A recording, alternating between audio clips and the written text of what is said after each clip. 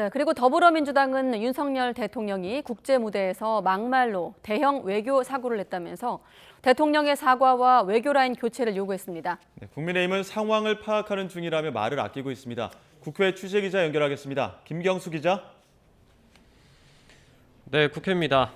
자, 먼저 문제의 발언이 어떻게 나왔고 여야 반응까지 함께 전해주시죠.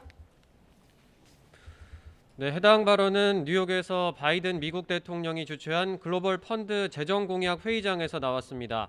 바이든 대통령과 환담한 뒤 윤 대통령이 회의장 밖으로 나가면서 박지인 외교부 장관 등 주변에 있던 사람들에게 한 말이 카메라에 담긴 겁니다. 직접 들어보겠습니다.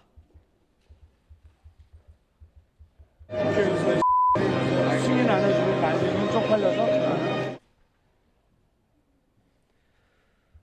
민주당은 윤 대통령이 막말 사고를 내 대한민국의 국격을 실추시켰다고 맹비난했습니다. 또 대통령의 공식적인 사과와 외교 안보 라인 교체를 요구하고 나섰습니다.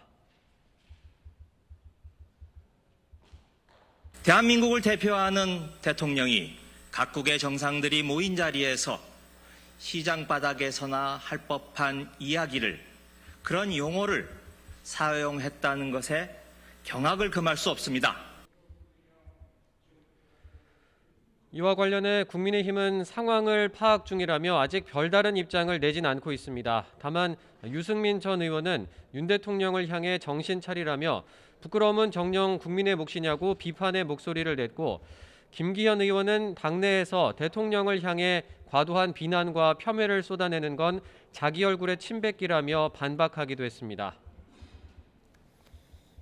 네, 한일 정상회담을 두고도 여야 평가는 엇갈렸죠. 네, 집권여당 국민의힘은 문재인 정부가 망쳐놓은 한일 관계를 정상화하는 물꼬가 트였다며 의미를 부여했습니다.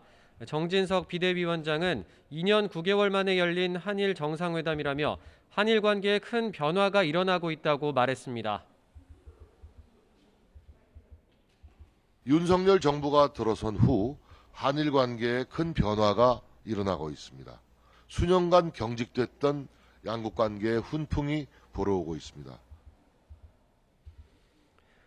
반면 더불어민주당은 혹평했습니다. 박홍근 원내대표는 윤 대통령이 일본 총리가 있는 곳으로 찾아가 가까스로 성사된 만남이라고 평가절하했습니다.